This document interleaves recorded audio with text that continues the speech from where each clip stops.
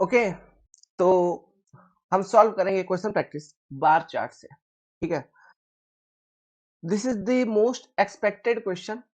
इस टाइप का क्वेश्चंस आपके एग्जामिनेशंस में दिख सकता है, तो आप क्वेश्चंस ट्राई करिए। ठीक है, मैं अभी बोल रहा हूं, मतलब आप बार डायग्राम को देखो, फिर क्वेश्चन को अटेम्प्ट करने का कोशिश करिए। ये जो बार डायग्राम दिख रहा है, this is the production of food grain by a state over years. ठीक है, इन टन्स, ये टन में बात कर रहा है इसका प्रोडक्शन का, फूड ग्रेन्स का। यहाँ पे 00 टन्स मतलब 1000 टन्स। ठीक है, जैसे ये 60 यहाँ लिखा है तो 60,000 टन्स, 65 है तो 65,000 टन्स, ऐसा।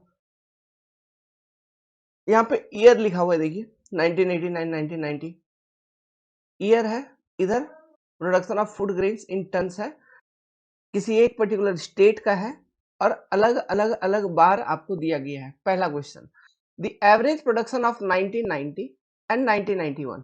1990 और 1991 का एवरेज प्रोडक्शन कितना है?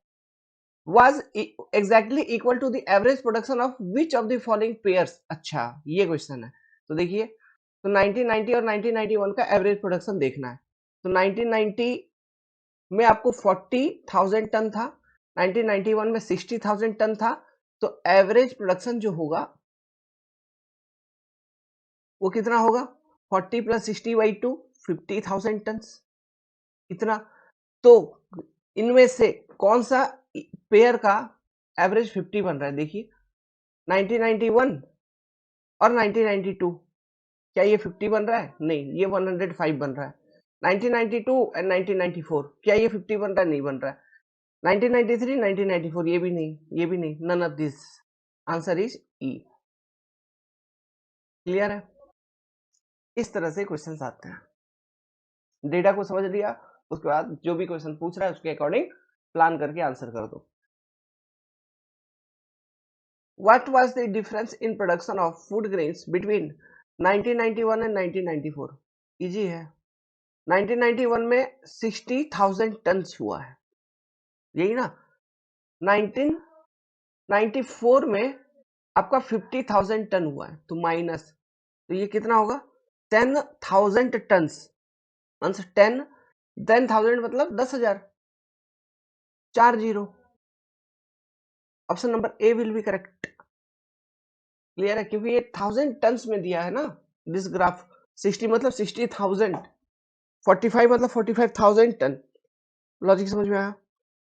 Okay, very simple. इस वाले क्वेश्चन को अटेम्प्ट करिए।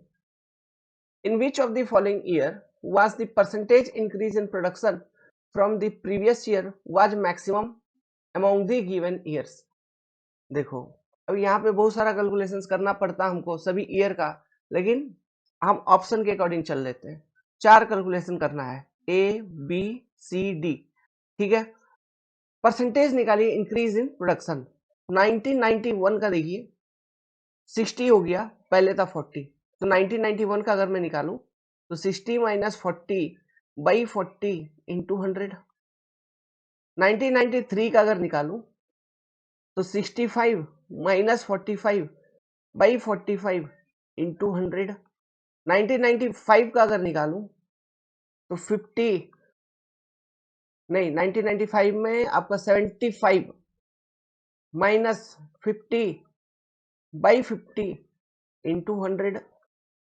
1990 का अगर निकालूं 1990 तो 40 माइनस 25 बाई 25 इंटू 100। ये सारे परसेंटेजेस आपको निकलेंगे, इनमें से जो मैक्सिमम होगा वही आंसर होगा। तो ये देखो, तो यहां से मैंने परसेंटेजेस कैलकुलेट किया, तो इस वाले केस में आया मेरा मैक्सिमम 40 माइनस 25 बाई 25। ये 1990 का कैलकुलेशन था, है ना, 1990 का ओवर 1989।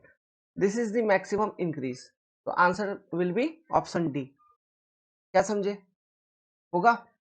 तो इस तरह से हम कैलकुलेट करके आंसर निकाल सकते हैं। Next question, in how many of the given year was the production of food grains more than average production of the given years. अब चलो देखो यहाँ पे इन हाउ मेनी पूछा है, तो आपको सबसे पहले एवरेज प्रोडक्शन आपको निकालना होगा। तो average production is 25 plus 40 plus 60 plus 45 plus 65 plus 50 plus 75 plus 80 by number of data 1 2 3 4 5 6 7 8 8। तो ये सम करिए average 440 by 8 equal to 55। This is the average production. अब इन हाउ मेनी ईयर जो प्रोडक्शन हुआ मोर देन एवरेज प्रोडक्शन, 55 से कौन कौन सा ज्यादा है? 60 ज्यादा है, 65 ज्यादा है, 75 ज्यादा है, 80 ज्यादा है। 4। आंसर इज सी, है ना, लाइक दिस। तो जो सामने आपका डेटा है उसको देख के बस सॉल्व करना है, बस इजी होता है। डेटा इंटरप्रिटेशन इज नथिंग फालतू का खौफ बना के रखे हो मन में, ऐसा ऐसा ऐसा कुछ नहीं होता वैसा वैसा। आगे, what was the percentage drop in production of food grain from 1991 to 1992? 1991 to 1992 percentage drop in food grain production कितना हुआ, ये फाइंड आउट करना है। तो बेस ईयर आपका 60 है, ठीक है, तो परसेंटेज ड्रॉप इज कितना? 15 अपॉन 60 इंटू 100, यही हो जाएगा। नहीं, 1991 टू 1992 45 माइनस 60 है ना, तो ये आपका 25 आ जाएगा, ठीक है। क्या यार, मैं भी भांग का नशा किया हूं ना, क्या किया हूं समझ में नहीं आ रहा है। 15, ठीक है, तो 15 by 60 into 100 means 1/4 into 100 means 0.25 into 100 means 25% drop. इतना ड्रॉप हो गया प्रोडक्शन में। Option C will be correct. Easy, very easy. तो यही क्वेश्चन आता है, ठीक है। चलो नेक्स्ट वाला डायग्राम देखो। Study the following graph carefully and answer the given questions below. ठीक है, ये गुलाब का खेती का बात कर रहा है, रोज प्रोडक्शन। डिफरेंट स्टेट का बात कर रहा है, गुजरात, हरियाणा, कर्नाटका, महाराष्ट्र, राजस्थान, तमिलनाडु, उत्तर प्रदेश, अदर स्टेट्स, ठीक है। और ये गुलाब का खेती यहाँ पे यूनिट नहीं दिया है, आप ये नंबर के साथ ही चलेंगे, है ना। यहाँ पे 15,000 है, 12,500 है, नंबर है, ये मान के चलो इतना नंबर में फूल बने हैं, ठीक है। थिंक अबाउट कि दिस इज इन नंबर्स, इतने इतने नंबर के गुलाब की खेती हुए डिफरेंट डिफरेंट स्टेट में, उसका ये बार चार्ट है, बार डायग्राम है। Which of the following state contribute is less than 10% in the total rose production? किस स्टेट का कंट्रीब्यूशन 10% से कम है टोटल रोज प्रोडक्शन में? तो टोटल रोज प्रोडक्शन कितना है पहले हमको ये निकालना होगा। तो टोटल रोज प्रोडक्शन निकालो, इन सभी को ऐड कर दो, ठीक है। अब देखो यार, यहाँ पे 15,000 12,500 ऐसे ऐड करने में बहुत दिक्कत होगा, तो इसको मैं डेसिमल फॉर्म में ले लेता हूँ, मतलब डिवाइड बाई 1000 कर देता हूँ, फिर उस फॉर्मेट में ले लेता हूँ। तो डिवाइड बाई 1000 करूंगा तो मैं 15 plus 12.5 plus 12.4 12.45 plus 20 plus 12.4 plus 22.5 plus 22.4 plus 25, इस तरह से ऐड कर सकता हूं। इंटू 1000 कर दूंगा तो भी सेम आंसर आएगा, है ना। तो ये टोटल हो जाएंगे कितने आपके 142250 इतना। अब इसका 10% कितना होगा, है ना। क्यों, मतलब ये क्या बोल रहा है, which of the following state contribute is less than 10% of total rose. तो टोटल रोज प्रोडक्शन का 10% निकाल लो, मतलब इसका 10% मतलब 1422 250 into 10/100,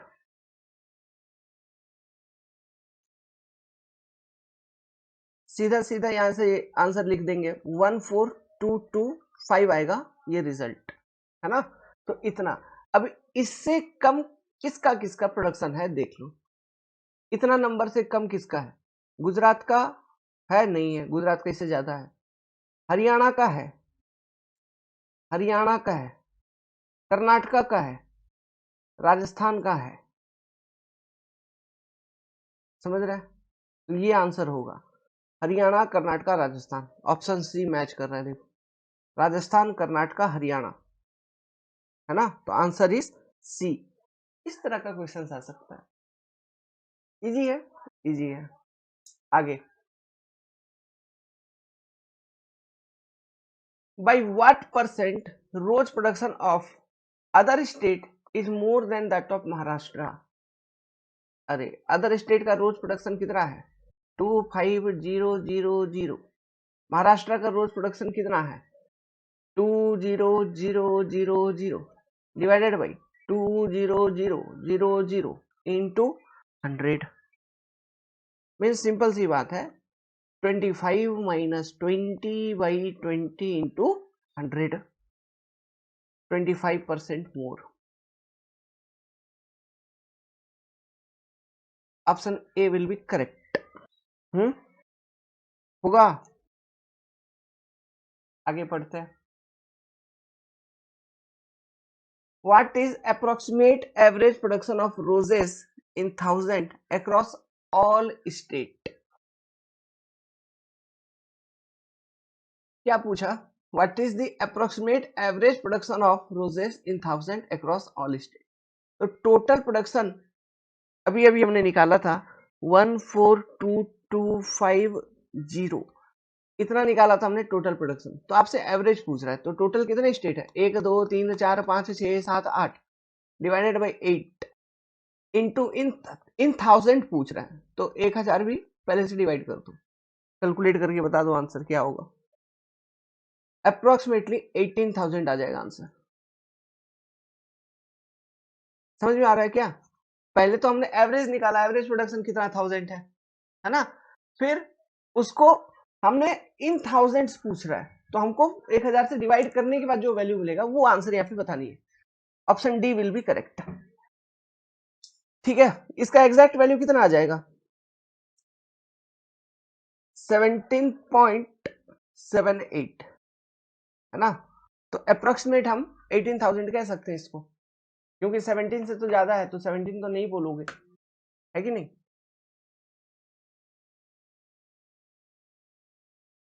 approximately what percent of the total rose production is shared by other state?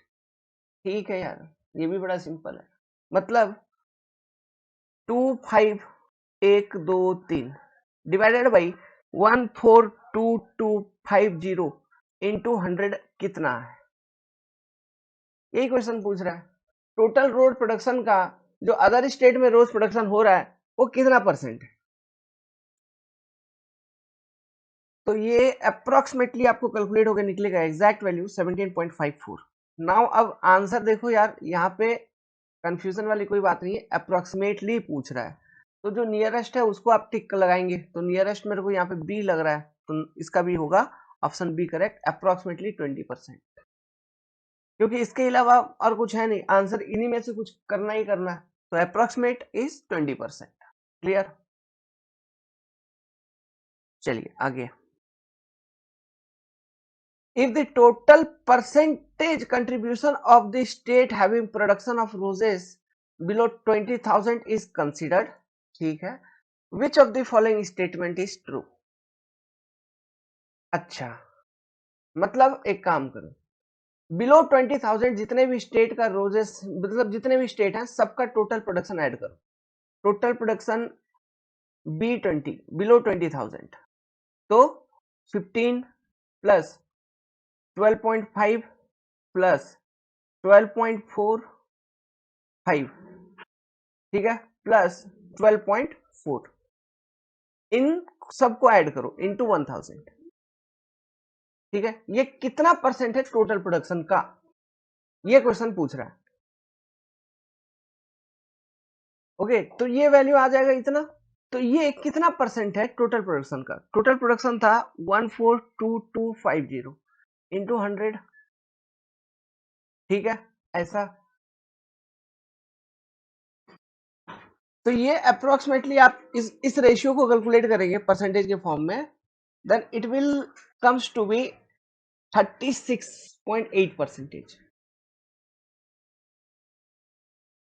ठीक है, 36.8 अप्रोक्सीमेटली इतना आ जाएगा। अब मेरे को ये बताओ, इनमें से कौन सा स्टेटमेंट ट्रू है?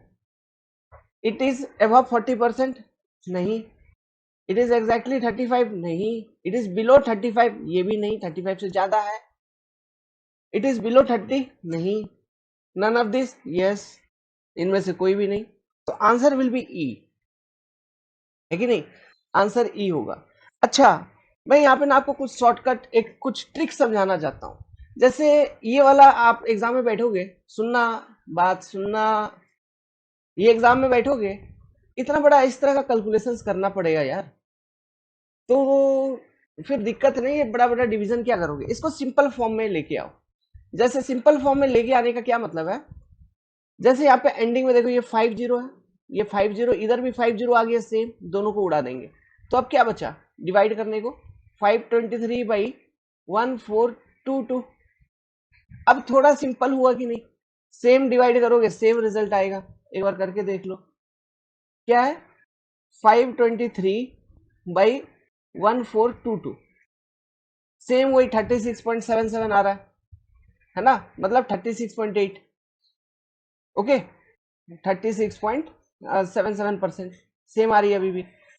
देखिए, अब और थोड़ा सिंप्लीफाई करना है, इजी करना है, तो ऐसा कर सकते हो, ऊपर देखना, ऊपर कौन कौन सा टर्म कॉमन है, मतलब ये अप्रोक्सीमेट आंसर निकालने का बेस्ट तरीका है। ये देखो, ये दो ऊपर कॉमन है, तो नीचे भी एक दो है, दोनों दो को हटा देंगे तो बचा क्या? अब रेड्यूस फॉर्म 53/142, इसको निकालो। 53/142, इसको निकालेंगे। ये अप्रोक्सीमेटली, ये उतना एग्जैक्ट तो नहीं होगा, है ना, लेकिन अप्रोक्सीमेटली ये कितना आ रहा है? 37.32%। तो कभी ना इस तरह का कैलकुलेशन भी काम कर जाता है, और एग्जाम में यही सब चीज आपका हैंड कैलकुलेशन को इंप्रूव करेगा, स्पीड करेगा, उससे फर्क नहीं पड़ता। और ये अगर लास्ट वाला डिजिट सेम सेम आ रहा है, तब तो आंख बंद करके उड़ाओ, कोई फर्क नहीं पड़ता। समझ गए? जैसे यहाँ 5050 उड़ा दिया, कोई फर्क नहीं पड़ेगा, उड़ा सकता है। ठीक है,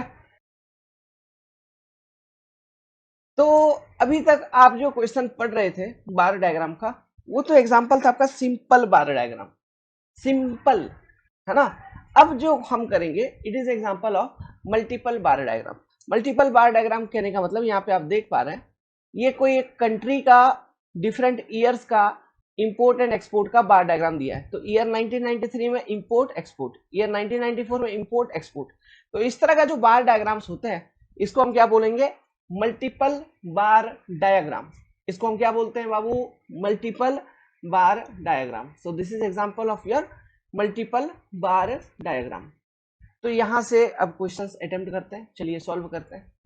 पहला, during which year the percentage rise slash fall in import from the previous year is the lowest. यहाँ लोएस्ट पे बात कर रहा है, तो अभी rise and fall in import किसमें? मल्टीपल डायग्राम्स है, एक्सपोर्ट इंपोर्ट दोनों का है, लेकिन अपने को इंपोर्ट में चाहिए, है ना। तो इंपोर्ट वाला ग्राफ कौन सा है? जो हॉरिजॉन्टल ऐसा ऐसा लाइन होगा वो इंपोर्ट वाला है, मतलब पहला वाला बार इंपोर्ट का है हर एक साल में, और दूसरा वाला आपका एक्सपोर्ट का है। तो अब हमको यहाँ पे कितना कैलकुलेशंस करना है? जैसे कि मैंने बोला, यहाँ पे डिफरेंट सारा, बहुत सारा ईयर है, 1 2 3 4 5 6 7, तो 7 कैलकुलेशन करना है क्या? नहीं, हम ऑप्शन के अकॉर्डिंग चलेंगे। 1994, 1998, 1997, 1995, बस इनमें कैलकुलेट करेंगे राइज या फॉल। ठीक है, यहाँ पे पूछ रहा है, देखिए यहाँ पे पूछ रहा है, during which year the percentage rise या फॉल इन इंपोर्ट। राइज या फॉल में से कुछ भी हो सकता है, जस्ट आपको वो वैल्यू बताइए, वो जो भी है वो मिनिमम कब था, लोएस्ट कब था। अगर राइज हुआ है तो लोएस्ट राइज कितना, अगर फॉल हुआ है लोएस्ट, तो लोएस्ट फॉल का वैल्यू क्या है, और वो कौन सा साल में हुआ है, वैल्यू नहीं, वो कौन सा साल में हुआ है, यही आइडेंटिफाई करना है। तो 1994 का देखो कैलकुलेशन करो, 1994 में कोई राइज हुआ क्या, नहीं, 1993 में जितना था 1994 में भी इंपोर्ट उतना ही था, तो 1994 में कुछ भी नहीं हुआ, यहाँ पे जीरो है, ठीक है, राइज एंड फॉल कुछ हुआ ही नहीं। नाउ 1998 का पूछ रहा है, तो 1998 का देखो इंपोर्ट देखो 60 और 1997 में इंपोर्ट देखो 55, तो 55 से 60 बढ़ गया ना, तो 55 से 60 बढ़ गया मतलब राइज हुआ है, तो 5/55 इंटू 100 इतना परसेंट का राइज हुआ है ये 1998 में।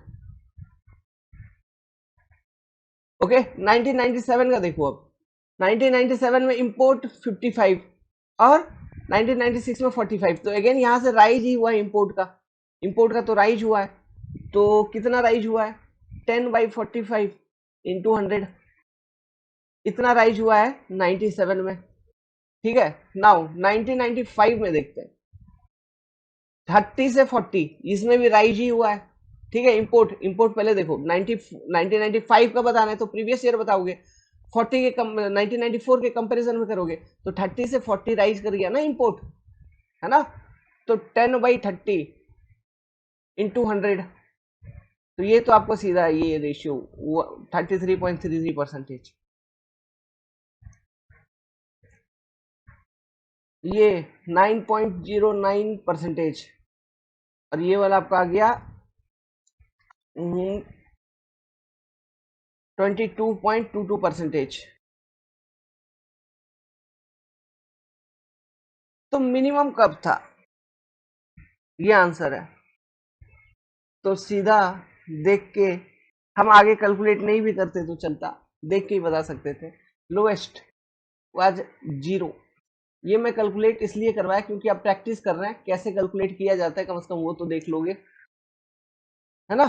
तो लोएस्ट वाज 0 इन 1994, यहाँ पे राइज फॉल कुछ भी नहीं हुआ, वो 0 है, लोएस्ट वैल्यू था, 0 मतलब लोएस्ट सबसे कम, तो आंसर इज ए 1994। क्लियर है।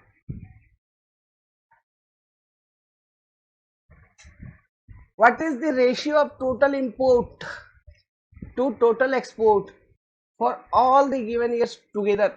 लो यार, अब ये रेशियो कैलकुलेट करो, कैसे कैलकुलेट करोगे, ratio of total import by export I/E, ये कैलकुलेट करना है। तो सभी इंपोर्ट को ऐड अप करिए, सभी एक्सपोर्ट को ऐड अप करिए, तो 30 + 30 + 40 + 45 + 55 + 60, हाँ +45, यही है।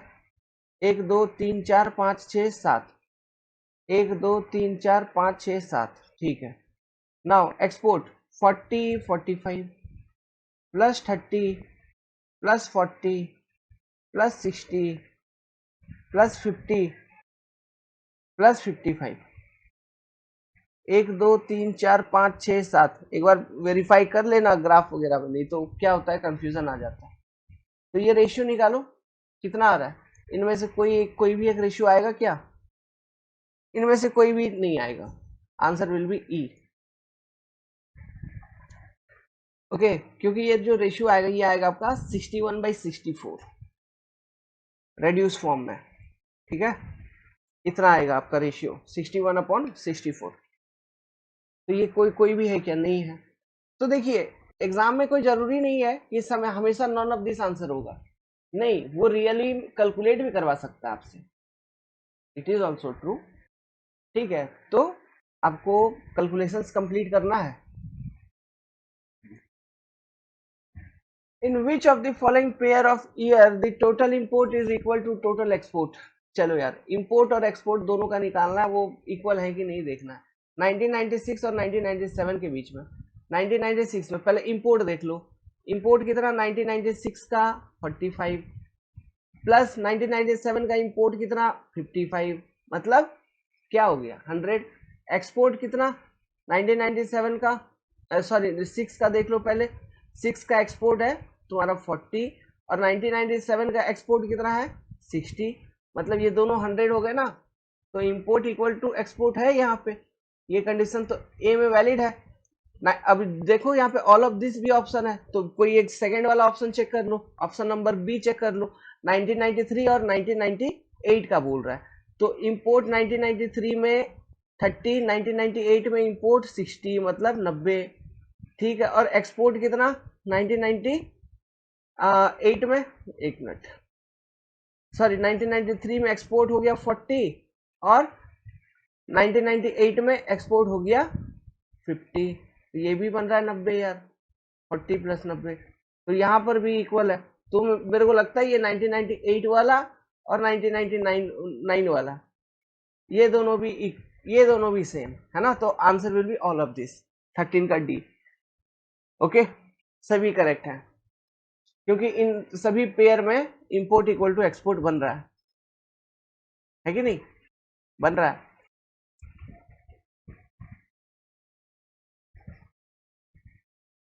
Question, total export in the year 1995, 1996 and 1999 together are what percent of total import during same period? चलो यार, एक्सपोर्ट बाई इंपोर्ट इंटू 100 यही करना है। तो एक्सपोर्ट इन 1995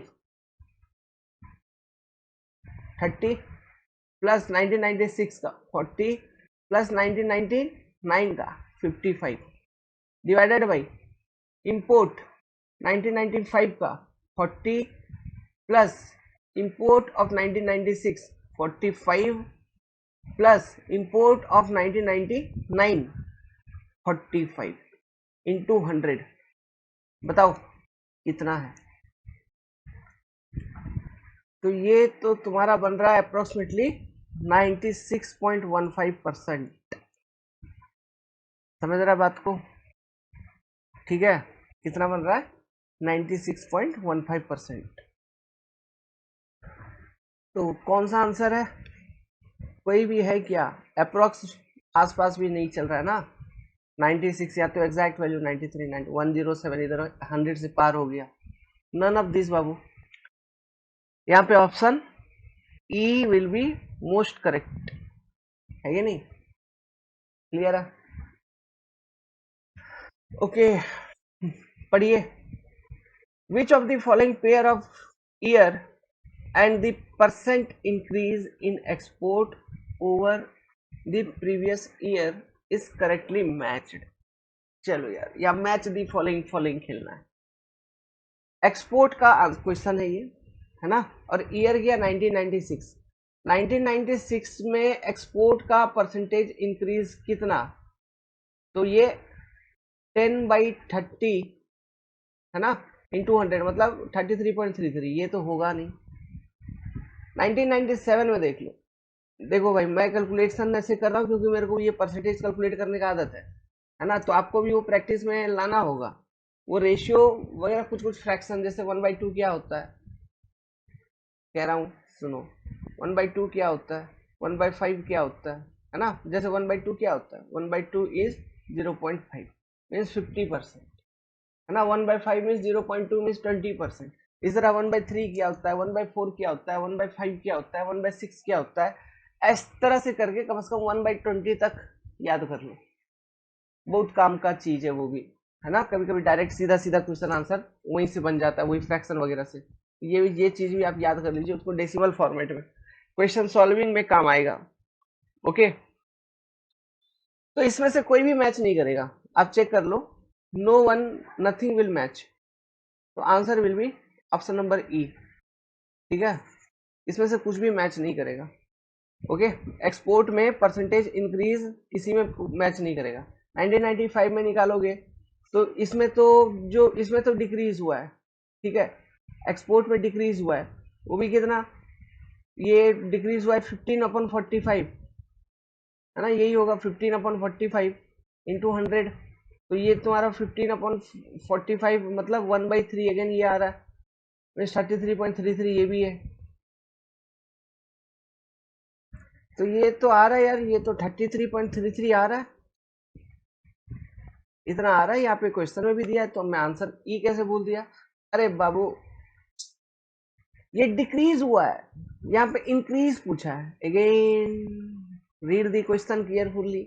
ये डिक्रीज हुआ ना, 45 था, वहां से एक्सपोर्ट हुआ 30, तो this is decreasing not increasing. तो आपको इंक्रीज का मैच करेक्टली मैच कौन सा कर रहा है ये पूछा है, ठीक है। 1996 में ऑब्वियसली इंक्रीज हुआ था 30 to 40, ठीक है, लेकिन परसेंटेज सेम नहीं है जो यहाँ पे है।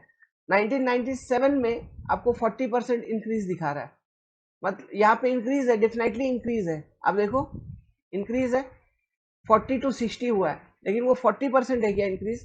20/40 इंटू 100 मीन्स ये क्या हो गया, 2/4, 1/2 मीन्स 50% है रे भाई, सॉरी 1/2, हाँ इट इज योर 50%, नॉट 40%। तो ये भी नहीं होगा। ये 33.33 इधर मैच कर रहा है, but that is your decreasing thing, तो ये नहीं होगा। ये 1994 का जो 11% दिखा रहा है 11.11, ये नहीं है, ये आपका 12.5% होगा, कैलकुलेट करो, समझ रहे हैं? तो नॉन ऑफ दिस, इसलिए मैंने बोला कि आंसर होगा आपका। सिंपल है, यस डियर बॉय, सिंपल है। तो इस तरह का क्वेश्चन आता है आपका फ्रॉम बार डायग्राम, समझ गया? वी विल कंटिन्यू, हम आगे भी कंटिन्यू करेंगे। तो अभी के लिए फिलहाल इतना, थैंक यू।